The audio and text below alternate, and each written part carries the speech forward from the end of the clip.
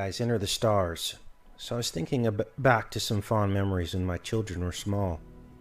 And we always used to look forward to the fall, because that was the time where we could get out the warm clothes, dress up, and make our first trip to the pumpkin patch, where the kids would run around in the straw. And I always remember commenting to my ex-wife how the light had changed, and that could she notice it, that things fell just a little bit differently on the trees and the plants and our reality. And it all seemed to happen on one day. Now, it's easy for us to talk ourselves out of that and say, well, maybe it happened gradually and I just didn't quite notice it. But thinking back throughout the years, I don't think it was in my head, and I'm going to show you why. Now, this is the UN map. We're going to get into the Book of Enoch today, and how Enoch describes a flat path of the sun. He describes gates rising up and shifting like a gear shift. Not a gradual, but shifts, actual shifts.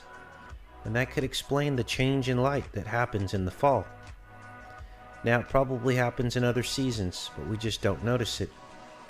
Of course, this is the flat earth model, but the model that I believe is a creation that is based off of God's creation is the lens-shaped earth, like a contact lens.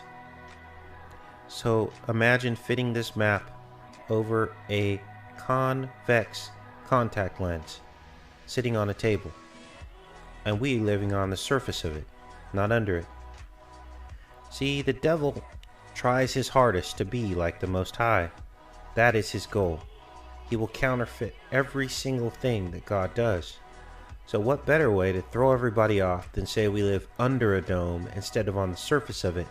Because under a dome would lock you into this small world, and you would feel as though God doesn't care because he locked us in a petri dish.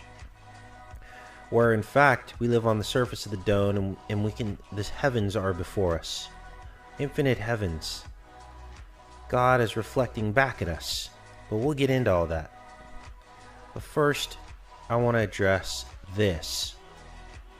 Extrapolating this image out, we're looking at the owl.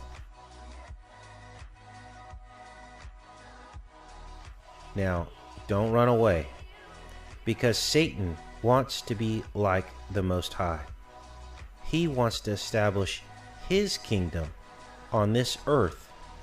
So what he does is he takes the miracle of God, and I'm going to show you from the Book of Enoch how the sun actually follows this owl path, and I believe it's in a figure 8.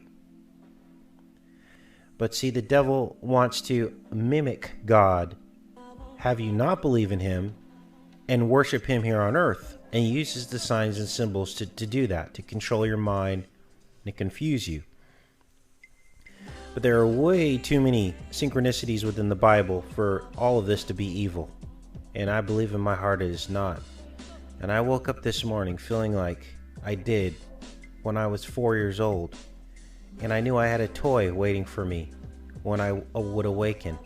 I literally feel like I've been transformed after learning this knowledge, and I hope that you feel it too. So the Book of Enoch, and we'll get into that, travels in this path.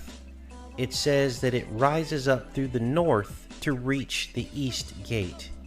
Now we got to think about reflections here and how this works, and we're going to pull this apart today, and I'm not sure what we're going to find, but we're going to dig.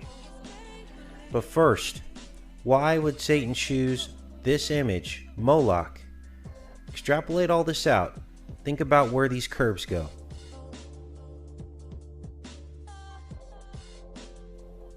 And that's why we've been led on this journey. Now, Satan didn't create the stars in the movement of the stars. So we have to ask ourselves, why would he choose the owl, knowing that someone could figure this out? Because life is a giant process. And thanks to the subscriber I was brainstorming this with yesterday. As we go up toward the heavens, everything gets less dense. It's like a giant arrow pointing toward God. We start in space, the vacuum, down to the upper atmosphere where there's little oxygen, a little less dense. Then we get to the air, more dense. Oceans, more dense. Earth, more dense. Rocks, more dense. And finally, molten rock.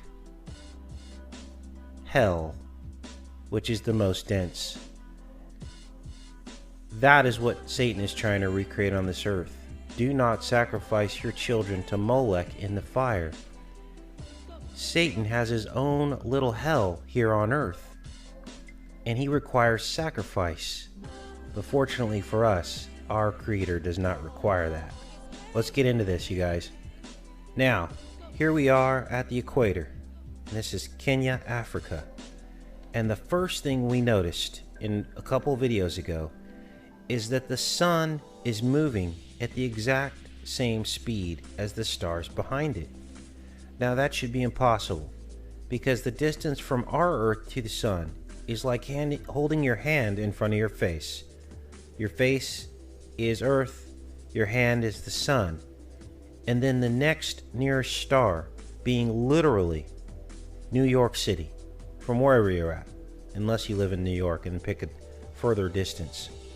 260,000 times further away, and we are right here. The sun is right up against us, and we are told the stars are way further away. So how is it that the sun never gains ground on the stars, and that it's always on this sheet of stars, following the stars? Well, the amazing thing is Enoch tells us that the sun is attached to the stars. Now, how would he know this is the question. He knew it because he was shown, and he tells us that he was shown by the angels. He says, I saw the winds which turned the sky, which caused the orb of the sun and of all the stars to set. It's all on one wind.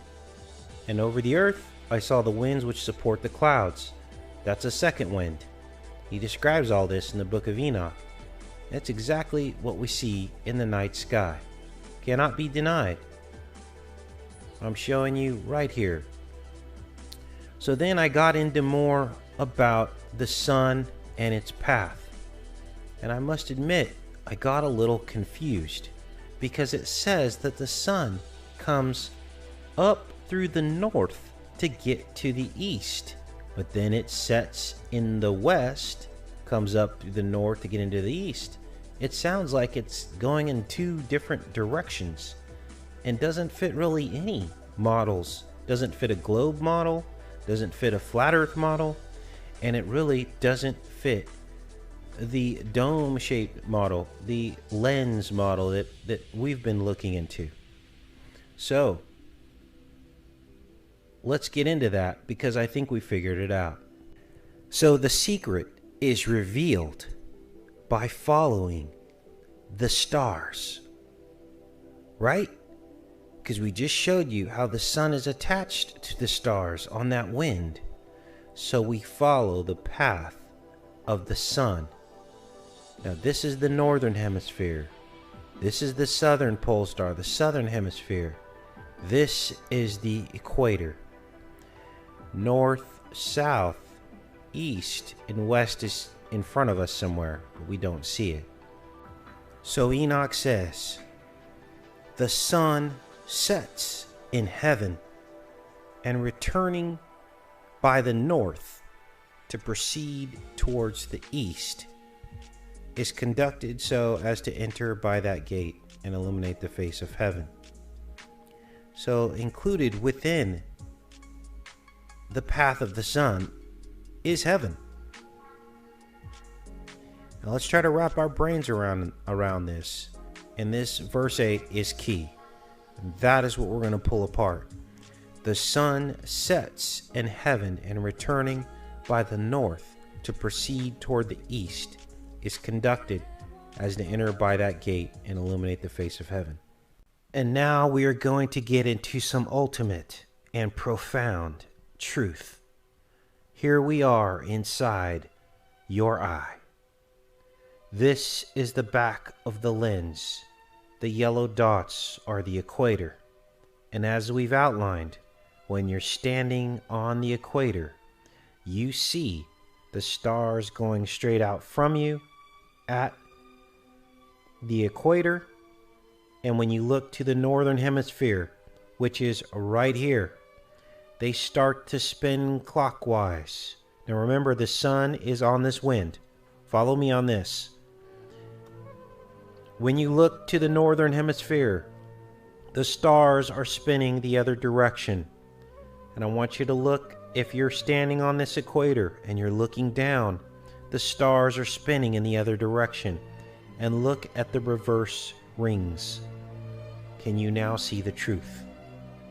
And all this is a reflection on the backdrop of this large disco globe, the internal mirror.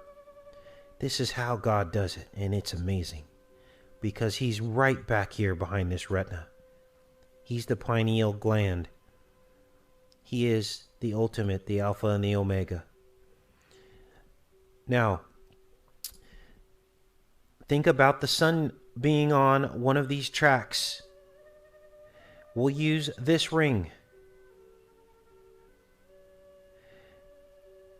Rises up through the north.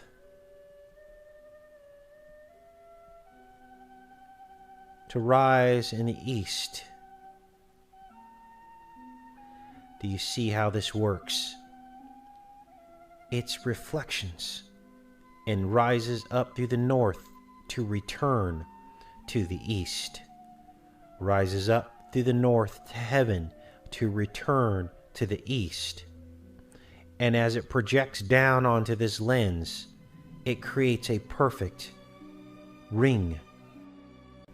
And so Jesus asked his followers, and now I ask you today, do you have eyes to see and ears to hear?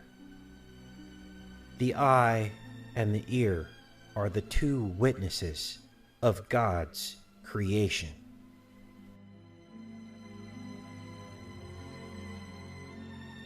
A flat ring, a projection, rises up through the north to return to the east. And this is simply fascinating. This is another first truth bestowed by the Holy Spirit. Simply amazing. And here are the words of Enoch regarding the sun. The sun sets in heaven, and returning by the north to proceed towards the east. Sets in heaven, here's heaven, returns by the north to proceed to the east. And even though it's doing this motion, it reflects down onto this surface, our earth. We're on the outside of this contact lens. And this is what we see, and we're seeing it right now in real time.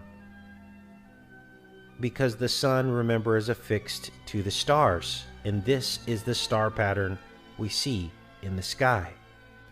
And Enoch continues on. It talks about that the sun is instructed to do so that it can illuminate the face of heaven. And that's exactly what we see in this model. In the same manner it goes forth in the first month by a great gate. It goes forth through the fourth of those 6 gates, which are at the rising of the sun. And in the fourth gate through which the sun with the moon proceeds in the first part of it. There are 12 open windows from which issues out a flame when they are opened at their proper periods. And these are our solar flares. And I can almost bet you that if you or one of these channels that tracks the solar flares, BP Earthwatch, if you were to look at where these flares are coming out of on the surface of the sun, you would probably notice that they only come out of 12 holes. because this is what Enoch has said, because he was shown the secrets of heaven. Then the sun rises in heaven. It goes forth through these fourth gate, 30 days. So it goes through each of these gates for a period of time. And the gates that it goes through are the 6 gates. The 6 gates of the UN model. And again, because of the reflective effect of the retina in the back of the eye, the globe internal mirror, even though the sun is following the star paths in that figure 8 pattern, it reflects down on Earth as a ring, and it follows each of these gates. There are 6, 1, 2, 3, 4, 5, and they're showing us their dominion over the secret knowledge here. This is Rome. That is the 6th gate. How do the seasons work? Well, when the sun is on this gate, it never quite gets to the North Pole, so the North Pole stays cold. But in their summer, they see the sun all day long and all night. It never sets as it rotates around them. During their summer, we are experiencing our spring. Do you see how this works? When it goes in through the next gates, this is our summer because it is over the top. The sun is in this next ring over the top of the northern hemisphere. But when it is on this internal ring going right over the Arctic Circle, the people in Antarctica don't see the sun. It stays dark for months at a time because the sun is so far away. Remember, this is all mirrors and gates. And the same thing applies as the sun progresses on each track. And that's why you sense a shift in the light, because God is controlling the sun coming in and out of these gates. And that is the truth. And the sun goes on proceeding through its gates, as Enoch outlines here, lengthening and shortening the days. How does that work? Well, we go back to our map, and the days get shorter as we don't see as much of the sun. Let's give you an extreme example. It's summer in the southern hemisphere. The sun is in this track directly overhead, warming this portion of the sky. And the sun is in its full glory as it's going through this ring just away from the outer edge. Well, the people in the northern hemisphere are not going to see the sun as brilliantly and as brightly.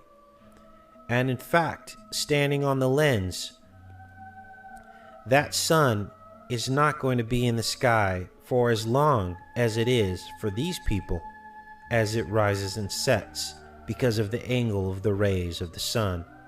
And that's about as simply as I can put it. And that is how we get our seasons.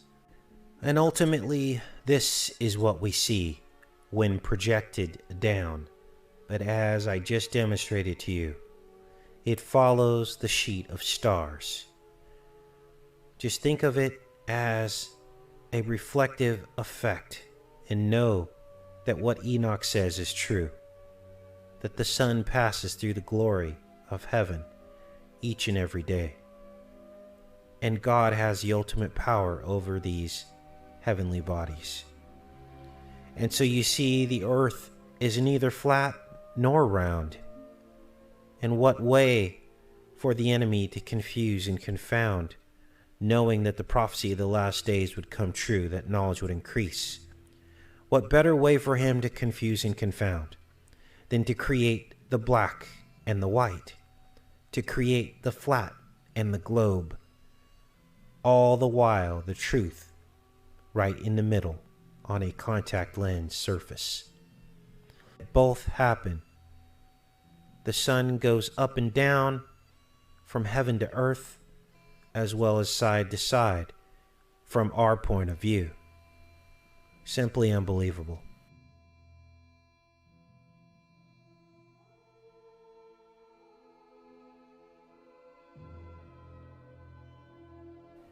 Anyway, you guys, take care and be safe and be blessed. All the glory and credit goes to the Creator.